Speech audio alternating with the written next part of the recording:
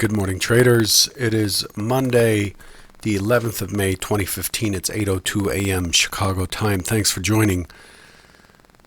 Derivatives trading involves substantial risk of loss and is not suitable for all investors. My personal opinions, market data, and recommendations are subject to change without notice. Past performance is not indicative of future results. Some important news overnight. The key element driving us today, I believe, is the Greek issue. Again, U.S. officials stress need to see real progress being made on Greece at today's Eurogroup meeting. The downbeat expectations of today's Greek Eurogroup meeting and ongoing uncertainty regarding Greek funds are weighing on European equities. Greek banks are lower by approximately 2% on the European Open. China's central bank, the People's Bank of China, cuts its key one-year rates by 25%, or 25 basis points, 25%, wow. 25 basis points for the third time in 6 months, citing growth and inflation concerns. The IMF said to be making contingency plan for possible Greek default on the next payment. And then finally, the Bank of England leaves both interest rates and asset purchase target unchanged at 0.5% and £375 billion respectively, as expected. Looking ahead today, not much on deck. There's nothing to be expected. There's a number that I haven't seen before. At 9 o'clock Central, a half hour after the cash open, Labor Market Conditions Index change. The prior 0.3%, or a negative 0.3. Speakers, Draghi's expected to speak right now, started at 8 o'clock Central, with ECB's Kerr in the Eurogroup meeting in Brussels. Since it's Monday, a quick look at the week ahead. Tomorrow we get UK industrial production, manufacturing production, U.S. crop report. Feds Williams speaks at the Association for Business Economics.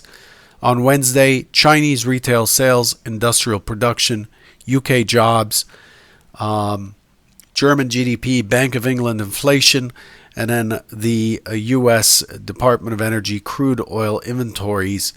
There's also a Bund auction.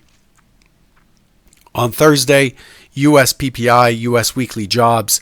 ECB's Draghi speaks at the central banking lecture held by the IMF in Washington, and there's a 30-year bond auction in the U.S. On Friday, U.S. Empire Manufacturing and University of Michigan sentiment, and then we also have Bank of Japan's Kuruda speaking in Tokyo.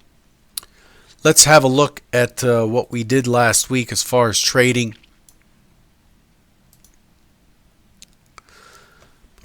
Take a quick overview of where we are in the big picture.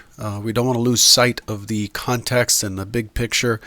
The market, as you can see here, I know it's kind of small, but you can see that the trend is solid for buyers in the long term.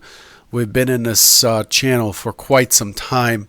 Last week we had a pullback. We expected a pullback to 83.25, and for a retest from the top. I'll show you where that comes from in a minute. We did get that pullback. We pushed all the way down to 60 or so, and then we bounced up with a gap on Friday. Market continues to be holding the upper levels. Put-call ratios have dropped, and for the days of the sell-off days, we did exceed the first standard deviation of where the put-call ratio has been. We typically exceed it, and we tend to top out. There's a lot of insurance being bought on the downside, and generally that tempers the market. Let's have a look at the monthly just as we zoom in from the outside in today.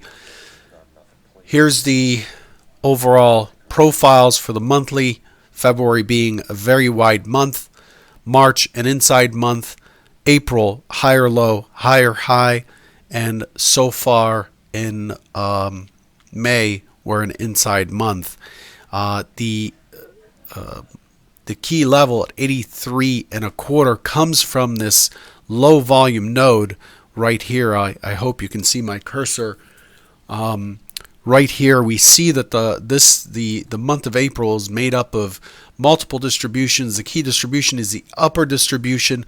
We've been stuck in this area since February. You can see from February here down into the 60s where we just tested.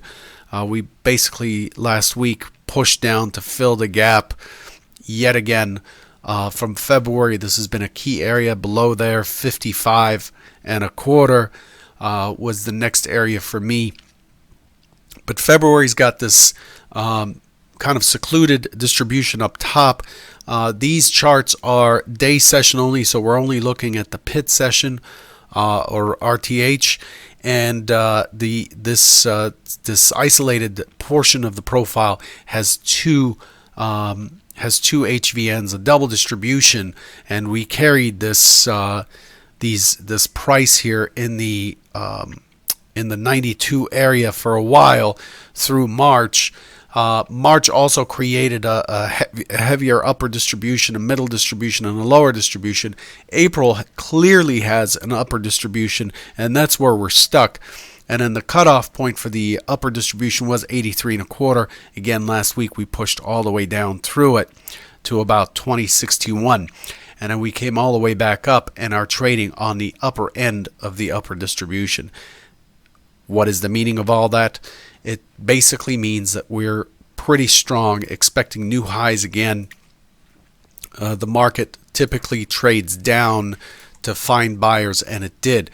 So as we see here on this chart, we had a new all-time high back here at 1975, pulled back to 2070, pushed up to 15, pushed down to 61 last week, 61 quarter, and then we gapped up on non-farm payrolls on Friday, and we still have this gap zone.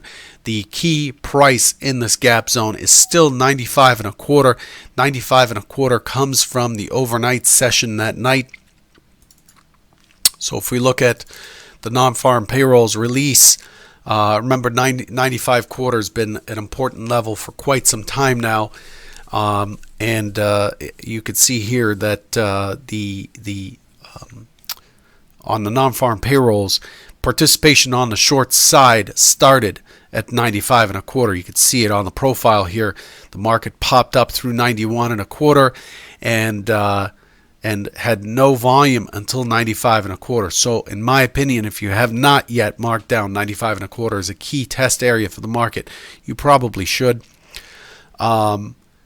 Friday, after the gap up, the market was expected. The expectation for Friday's trading was that the inventory was extremely long on the overnight session. The expectation is for a small rotation down, possibly 95 and a quarter test. But the goal for Friday, once the small rotation occurs, the goal for Friday, if you had watched the Trader Bite that morning, the goal was 21.1150. What it did, however, is it had pretty much no rotation down.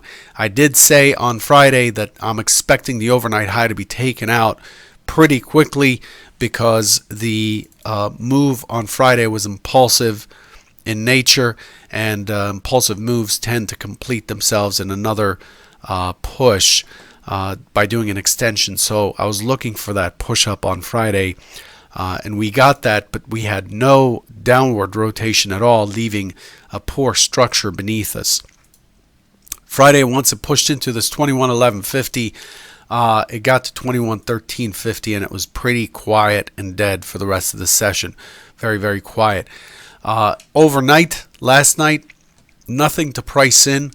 There was a little bit of movement on the European Open right here. You can see it chop, chop, chop, and dropping on this concerns with Greece. But overall, Friday, the overnight session traded inside of Friday, and the profile on the overnight session is not giving us very much. It does show a weak high now at 2110 quarter versus 2110 half, with volume tapering very quickly. But overall, the volume in the S&P minis this morning is only 115,000 contracts, well below what we would consider to be the norm. So pretty quiet, and that's fairly typical for the day after non-farm payrolls.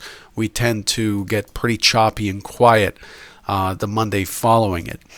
What does that say for today? Essentially, it looks like the overnight inventory is balanced. We're opening in range, in value, right up against the value area and the point of control. I'm expecting this morning to be fairly choppy, but I'm going to say that the structure below is fairly weak, and I would not fade it. In other words, I would not try to buy into a drop into 95. I'd let it go to 95, look for a turn, and then trade the next wave after the turn happens is probably your best risk reward trade, and that's what we're here for. We're here to assess the probabilistic nature of risk versus what we can get paid, and then we take the trade and let the market do its thing instead of interfering with it. So this morning, looking for chop, looking for the market to potentially test the overnight high early, but I'm looking for this market to also rotate down and give us an idea of who is left here. What kind of participants do we have between 2102.50 and 95 and a quarter? I'd like to find out before I get long into new highs if I were to hold a position, a long-term position. So that's what I'm looking for. I'm looking for chop, a test of the overnight high, and I'm looking for it to come back down and potentially test this 2102.50. But I'm going to tell you that today is a good day to keep your hands off until somebody shows what they're made of, until we have a good structure or a good display of who's on the stronger side. I'm not going to cover oil and so on. Pretty muted right now. I'll leave you with that. I'll cut off here. It's 8:15. I'll let you get on with your day. Good luck. Watch your risk, and I'll catch you tomorrow.